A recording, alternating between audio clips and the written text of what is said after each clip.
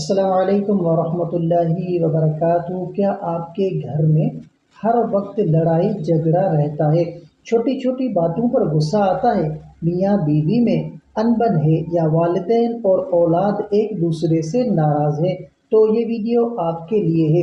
آج ہم آپ کو قرآن مجید سے ایک ایسا روحانی وظیفہ بتائیں گے جس کے کرنے سے انشاءاللہ گھریلو ناچاکی ختم ہوگی، دلوں میں محبت پیدا ہوگی اور گھر میں سکون نازل ہوگا۔ تو اس سے پہلے اگر آپ لوگ میرے چینل پر نئے ہیں تو سبسکرائب کر لیں اور ویڈیو کو اپنے دوستوں کے ساتھ ضرور شیئر کریں۔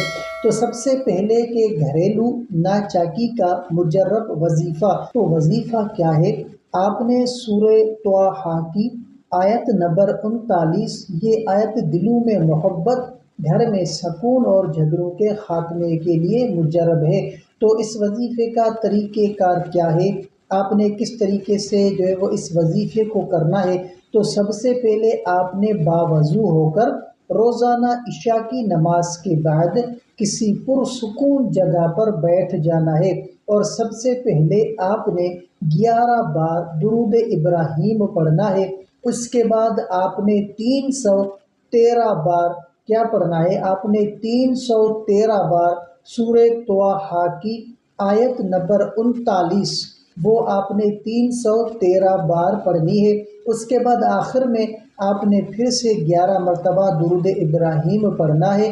پھر ہاتھ اٹھا کر اپنے گھر، میاں بیوی، والدین، بچوں اور پورے خاندان کے لیے دعا کریں۔ اگر ممکن ہو تو آیت کو پانی پر دم کر کے گھر والوں کو پلائیں اور اس پانی سے گھر میں اسپرے بھی کریں۔ یہ عمل کم از کم آپ نے 11 دن تک پابندی سے کرنا ہے۔ انشاءاللہ گھر کا ماحول بدل جائے گا، سکون اور محبت آ جائے گی۔ تو یاد رکھیں، جہاں اللہ کا ذکر ہوتا ہے وہاں شیطان کے وہ دخل اندازی ختم ہو جاتی ہے۔